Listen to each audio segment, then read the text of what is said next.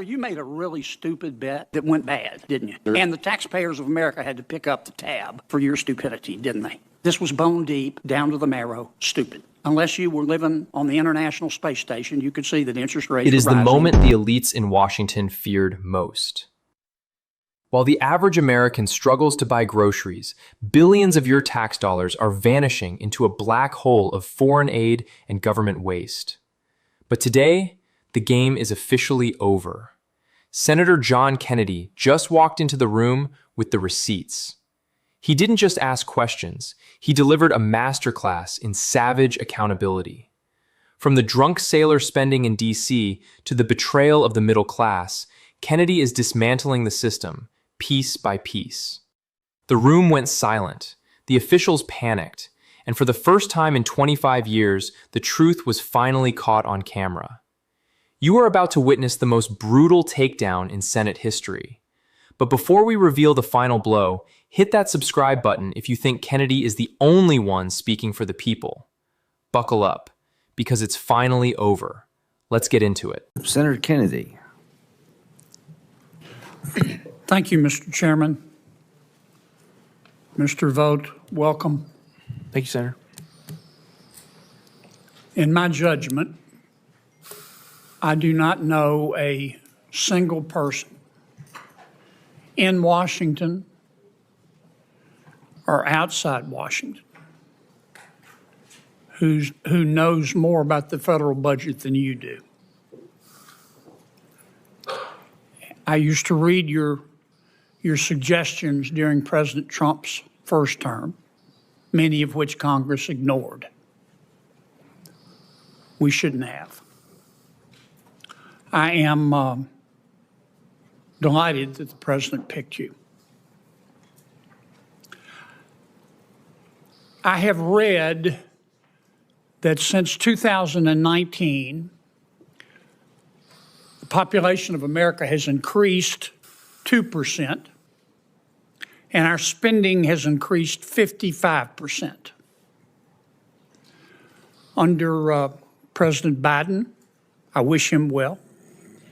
If we had discovered life on Mars, he would have sent it money.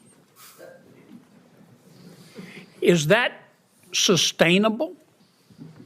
Senator, it's totally unsustainable. And the problem is that you go on these trajectories that we are currently on, and you don't know when you're going to get to the point of which you have some major problems as an economy, as a country. And we know that historically.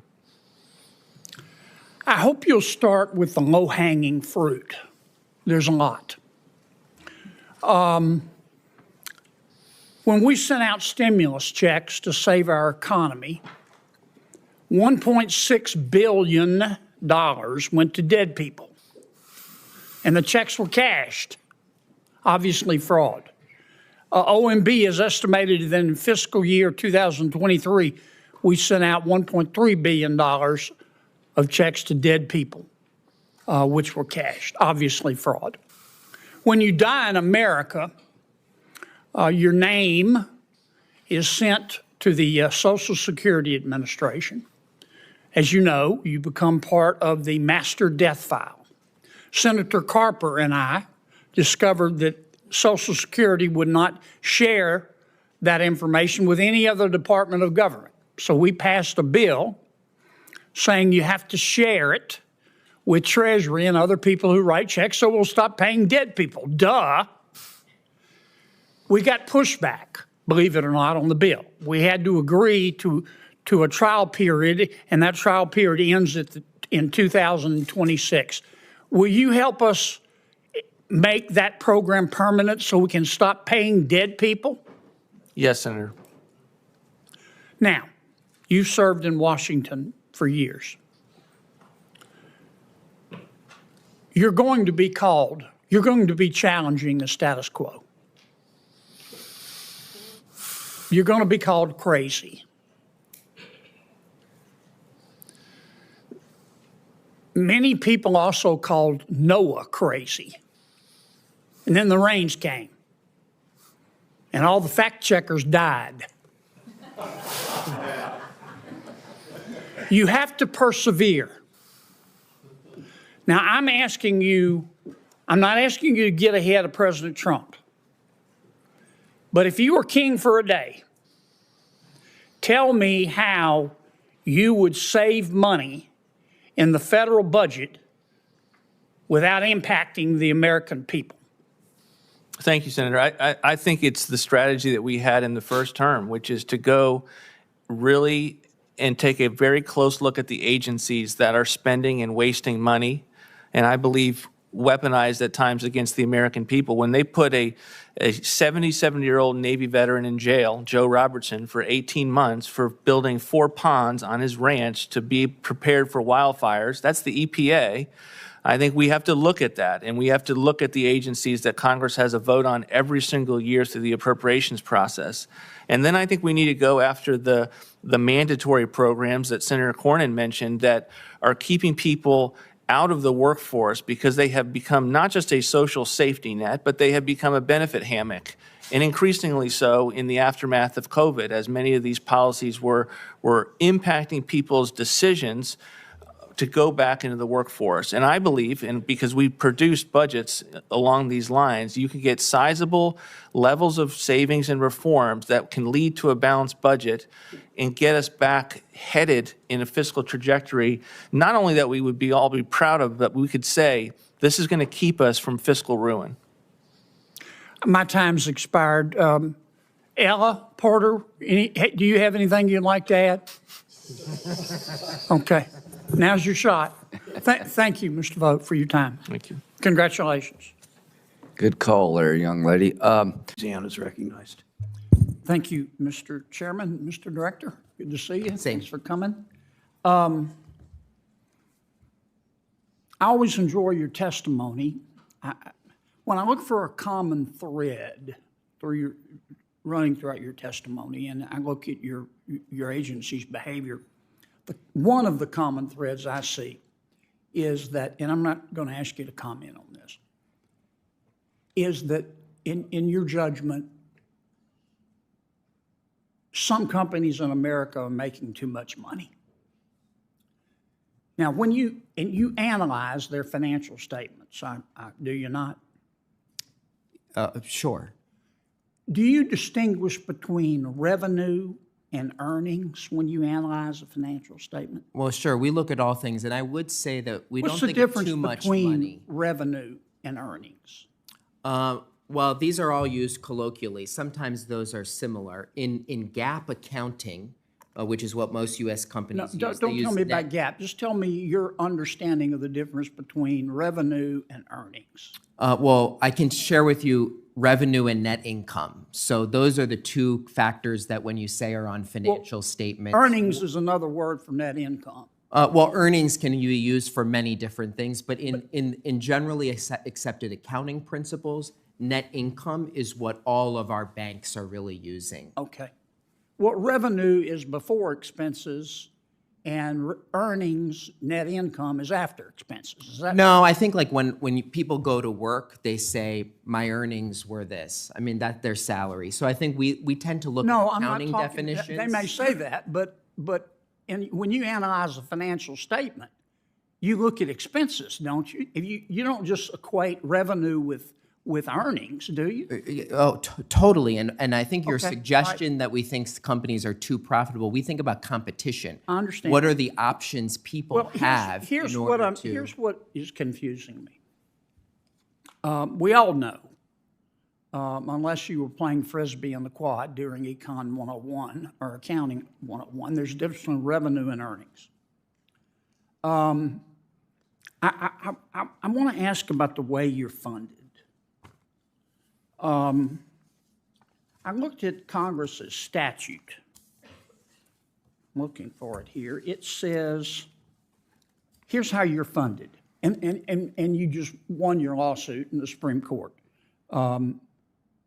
Each year, beginning on the designated transfer date, in each quarter thereafter, the Board of Governors of the Federal Reserve, where you get your money, shall transfer to your agency from the combined earnings of the Federal Reserve System the amount determined by the director to be reasonably necessary to carry out the authorities of the Bureau. It says the combined earnings, not the revenue. Now, for the longest time, the Federal Reserve was earning money, but that stopped in September of 2022? Now, they are losing money. They don't have any earnings. They're no longer transferring earnings to the general fund. And the Supreme Court based its decision on saying that this funding scheme is constitutional under the Appropriations Clause by saying that these earnings would go to the general fund from the Federal Reserve, so getting them directly from the general fund is no big deal. How are you entitled to any money right now? The Federal Reserve doesn't have any earnings. Well, we've heard of this theory. I think it's one of the latest ones. It's not a theory. It's a congressional Well, statute. I think there's you raised the difference between revenue and net income. There are other places throughout our laws.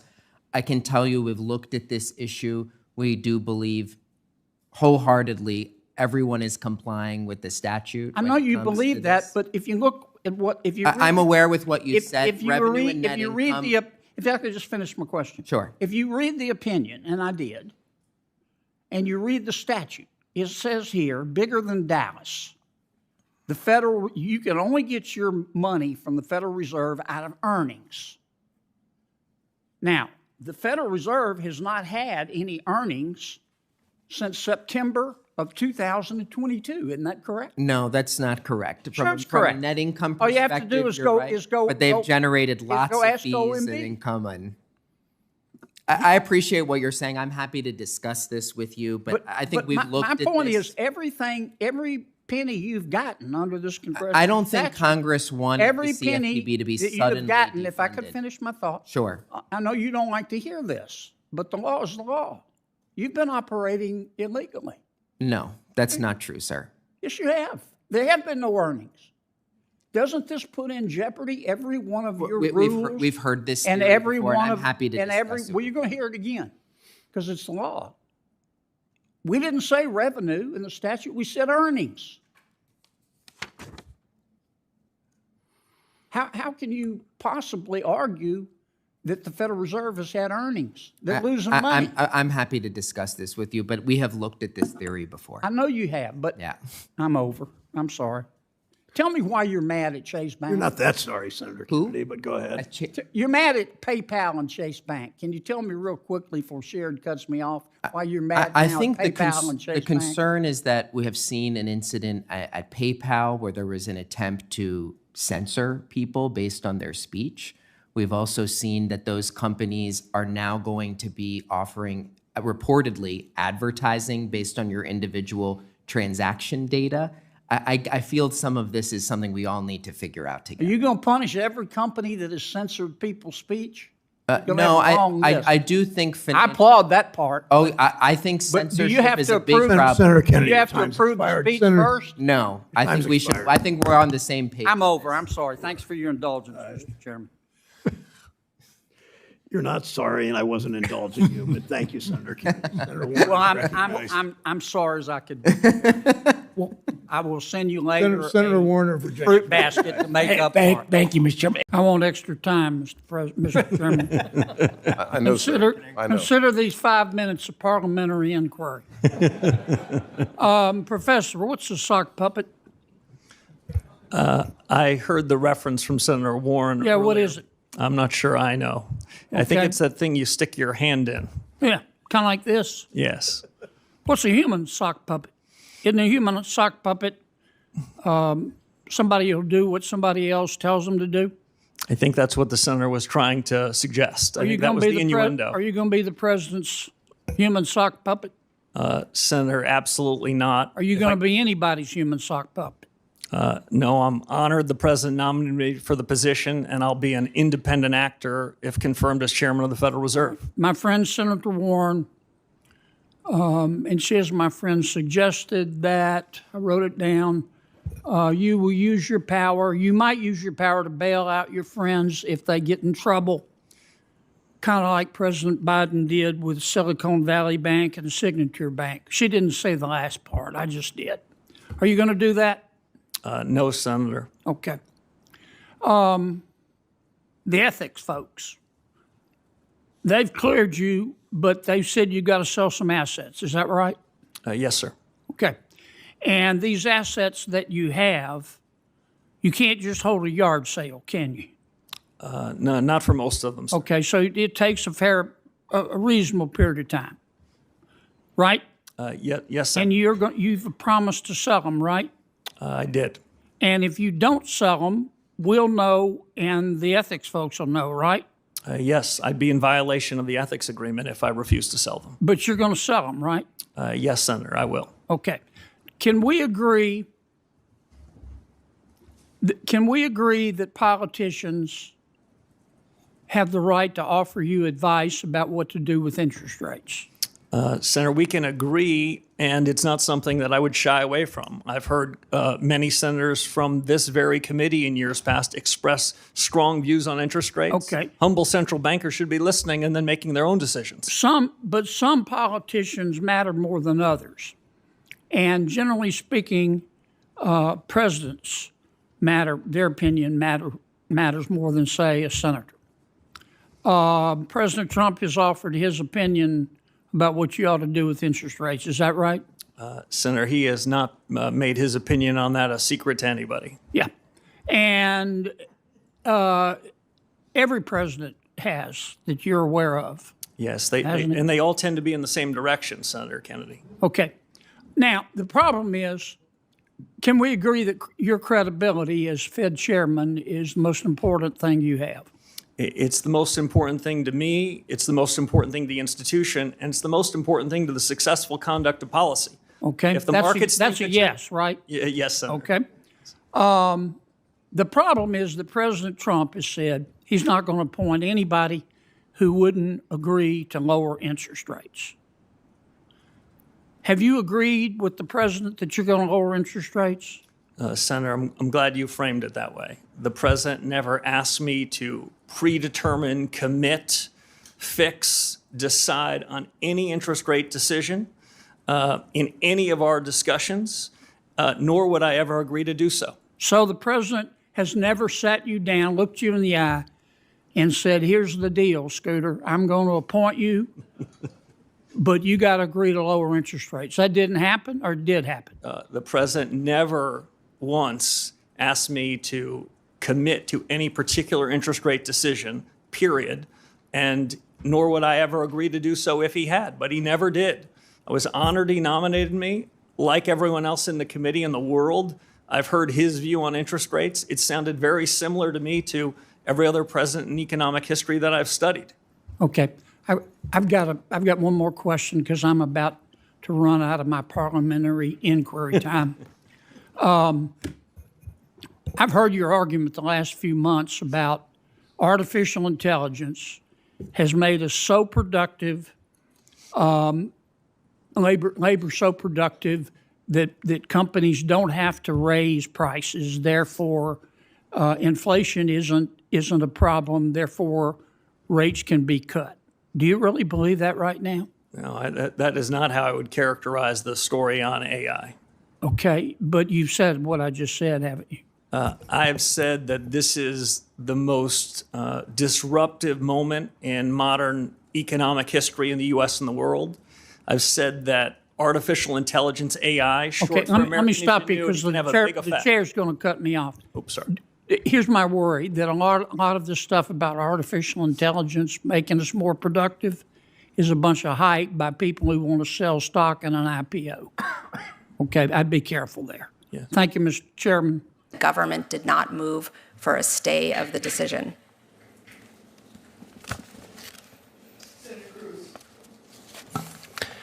Well, Judge Netburn, I'm going to continue on this line of questioning. In your court, what matters more, the rights of individuals or your political ideology? I apply the law to the facts. I asked a question, which matters more? Well, my political ideology doesn't matter at all. Okay, so I don't believe you. And I think this case demonstrates that you are willing to subjugate the rights of individuals to satisfy your political ideology. This case involves a male defendant who raped a 9-year-old boy. Was he guilty of that? Yes, the petitioner pled guilty to that. Okay, so he raped a 9-year-old boy. He also raped a 17-year-old girl. Was he guilty of that? He pled guilty, the petitioner pled guilty to that crime as well. So was he guilty? I hope so, because she pled guilty to it. He was a he when he did this. That's correct. And also criminal deviant conduct, which the record doesn't disclose what that was exactly. Then, after serving in prison, Mr. McLean was released for parole, but then violated the terms of parole by having internet and was sent back to prison. 1 year after being released again, he was convicted of having child pornography. Is that correct? I'm unclear on exactly the time frame that you're at, but the petitioner was convicted of distributing child pornography. Child pornography that was images of adults violently raping children. Abhorrent conduct. Okay. For which there are real victims. And this individual, 6'2", biologically a man. A minute ago you said that when this man decided that he was a she, you said this individual was, quote, I wrote it down, sober and entirely a female. That phrase struck me as remarkable. Did this individual have male genitalia? I think what I said, or at least what that is a verbatim quote, entirely a female. Sorry, what I meant to say was hormonally a female. Okay, but that's not entirely. Did this individual have male genitalia? Yes. So you took a 6'2" serial rapist, serial child rapist with male genitalia, and he said, you know, I'd like to be in a women's prison. And your answer was, that sounds great to me. Let me ask you something. The other women in that prison, do they have any rights? Is that a question you're yes, asking me? The other women in that prison, do they have any rights? Of course. Do they have the right not to have a 6'2" man who is a repeat serial rapist put in as their cellmate? Senator Cruz, I considered the facts presented to me, and I reached a decision based on what the law is. I asked you a question. Do they have a right not to have a 6'2" man who is a serial rapist put in as their cellmate? Do those women have a right to that? Every person who's incarcerated has the right to be safe in their space. But you didn't think so. You didn't think so. And in fact, I'm going to give some quotes from your order because Senator Kennedy is right. This is not a judge's order. This is a political activist. By the way, the beginning of your order says, at birth, people are typically assigned a gender. I got to say that would astonish a lot of Americans. A lot of Americans think you go to the hospital, a baby is born, and congratulations, you have a little boy, a little girl. The assigned a gender, I know you went to Brown, but it sounds like it's in a college faculty lounge with no bearing on reality. The Bureau of Prison argued what I'm saying right now, that if you put this person in a female prison, there will be a risk of sexual assault to the women. And you know what you did? You said you didn't care about the women. I'm going to quote what you wrote. You wrote, quote, the Bureau of Prisons claim penological interest in protecting female prisoners from sexual violence and trauma. This interest is legitimate, that's kind of you to say, but there are no signs that petitioner is at risk of reoffending.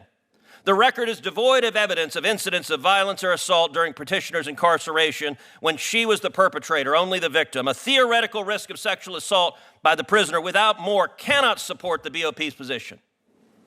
No evidence, theoretical.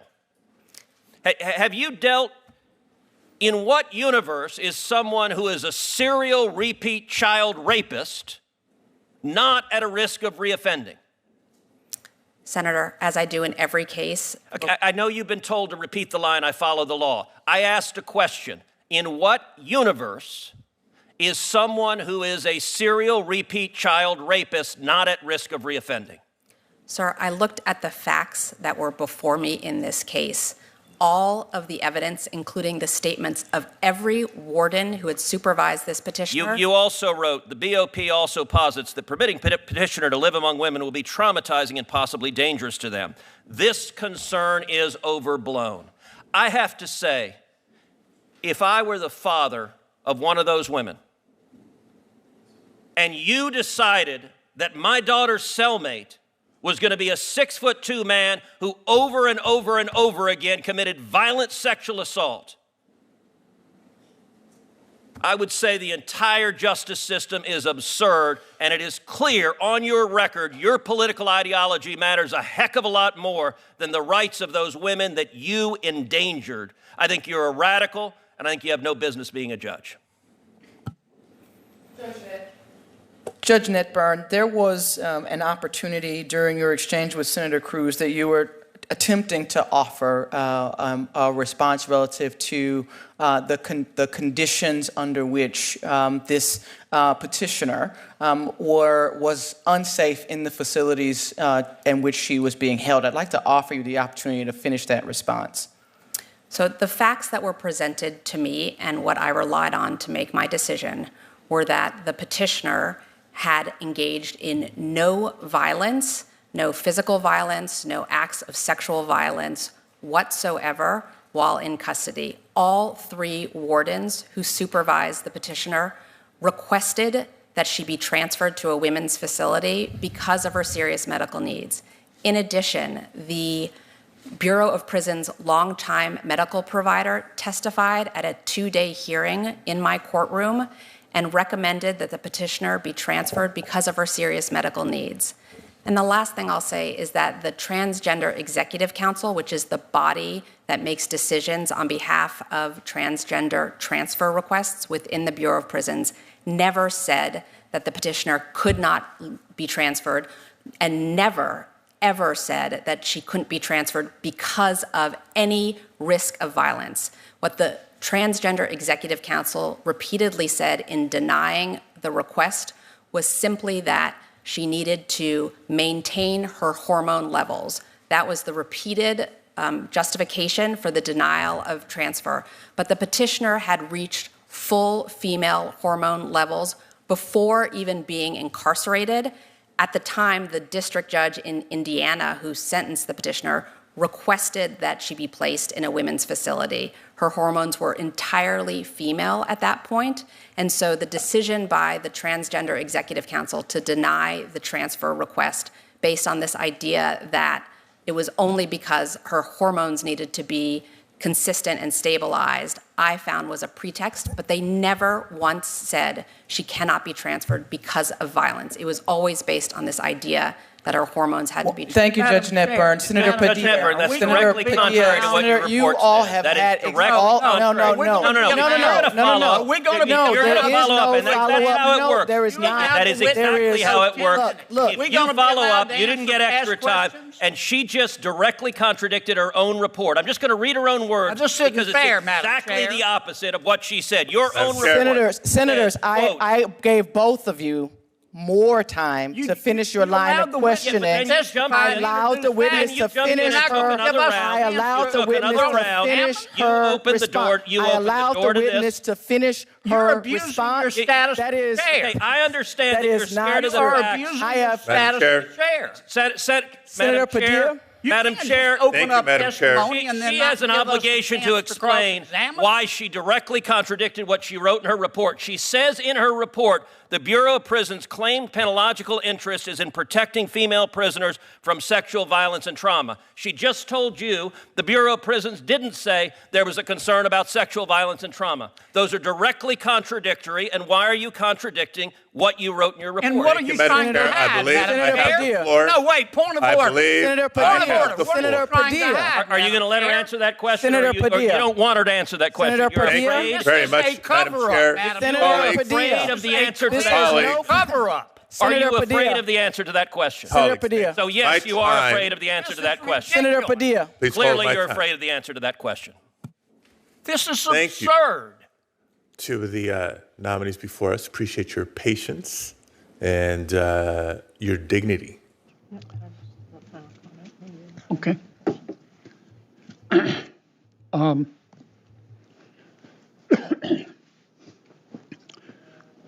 Mr. Chairman, or Mr. Secretary, I think you're one of President Trump's best appointments. And I'm very impressed with the team that you put together. And I hope you're all willing to serve a long, long, long time. I agree with my friend Senator Coons. I think we need to look ahead. But I would be remiss if I didn't say this.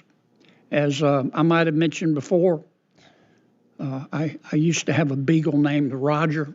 Loved him to death. He passed after 15, got a lot of years with him. But Roger, like all the beagles, would run off. He was incorrigible. And sometimes he'd come back a roadkill. And he'd hide it under my back porch.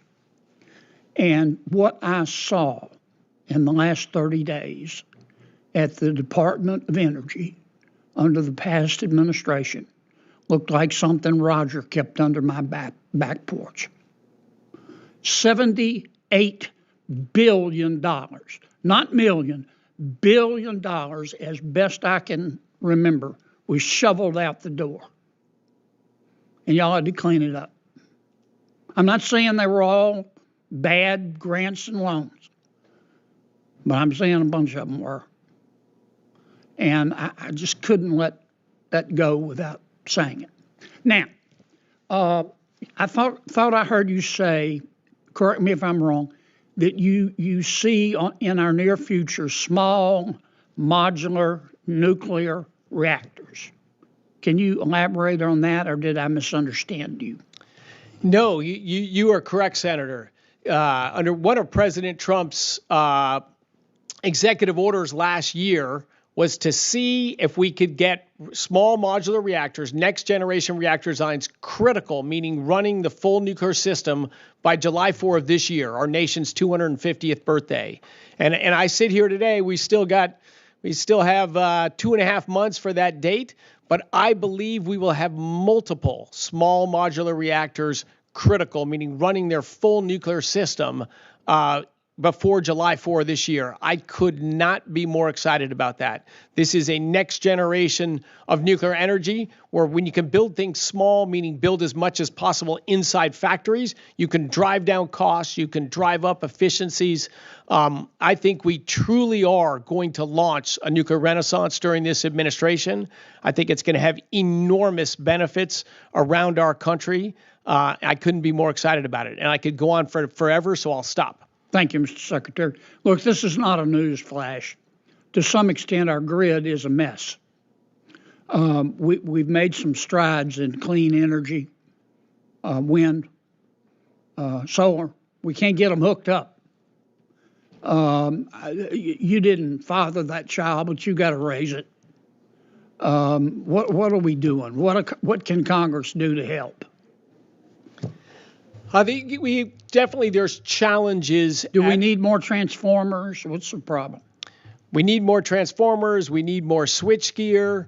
We need more electrical equipment and electrical steel built in the United States, which is part of our supply chain efforts to build more of these equipments here. We need to apply artificial intelligence to these grid studies that you have to do when you put a new source on. They take years. That's crazy. But with artificial intelligence and I think some more common sense regulation, we're going to speed up these grid studies dramatically and prioritize of all the things that have their hand in the air to connect to the grid, which ones are going to be effective and reliable and improve the operation of the grid and help drive down the prices, and how can we get them approved and actual connection as quickly as possible.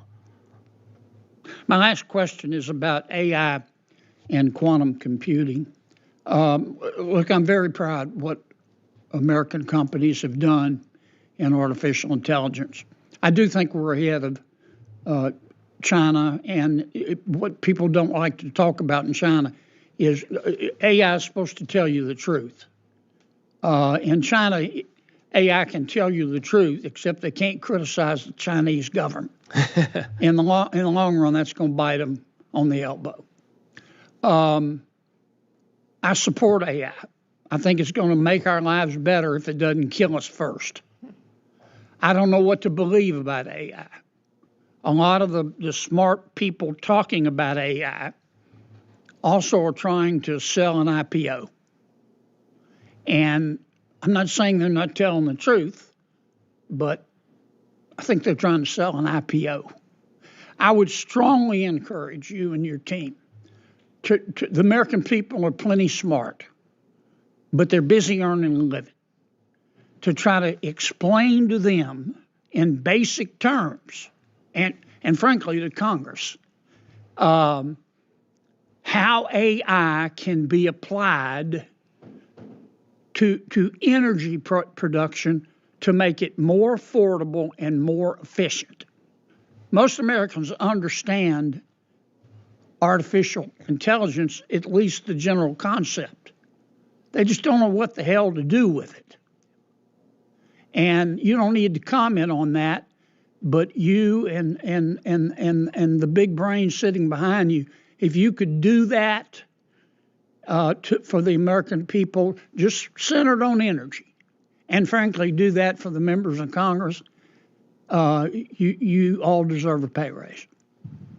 Great advice, Senator. That's two takeaways I have from today that we will indeed carry out and we will deliver on at the department. Okay. Thank you, Mr. Chairman. Thank you, Mr. Chairman. Mr. Chairman, did I understand you to say that the reconciliation bill is the most extraordinary legislation you've ever seen? Did I hear that correctly? There may have been some lost in translation there. I was a little late. Tell me what tell me what the bond market's telling you. Bond market's fine now, functioning well. It's pricing, it's reacting to economic news. There's adequate liquidity. Rates have come down pretty significantly from where they were a couple months ago. So I think I think inflation expectations have come down a bit from April, and in general, the bond market is functioning well. Okay. Explain to me why we have seen in the last few months weakness in the dollar. That's a great question. And of course, the Treasury Department is responsible for the role of the dollar. So I don't know. I think I would go back to the thought that markets have been digesting an unusually challenging set of circumstances, and have reacted the way they've reacted. The dollar's kind of stabilized now. In fact, it's moved back up here in the last couple of weeks a bit. And there are plenty of people who are still writing that the dollar is still overvalued. We don't have a view on that, of course, but I wouldn't really have an opinion on exactly why it is where it is. Well, clearly there's a lot of geopolitical risk right now, which would lead one to conclude, all things being equal, that people would be flocking to the dollar and it would be stronger. Well, and you have seen some of that here in the last few days. But again, I don't really have an official view I'd like to share on that. I think there are possible explanations, multiple possible explanations. Again, one of which is that some people still feel the dollar is highly valued. Yeah. But we'll see. I want to talk for a few minutes about tariffs and inflation. What does history tell us about tariffs and its impact on inflation or deflation? So the thing is, we've been through a long period in which tariffs were going down. Remember, since World War II, really, it's been a process of lowering tariffs globally. So there just isn't a lot of modern learning on that. I think people look at the incidence of tariffs during the president's first term, but those were like 1/6 the size of what's people are estimating now. And they do find some effects on inflation. But remember, in 2019, when those tariffs were put into place, the economy was slowing. We actually cut rates 3 times. Inflation was running at 1.5%. So it was a very different time. This is different. I think one of the reasons why it's so challenging is that there really isn't a modern precedent. Yeah. And I think we have to be humble about our estimates.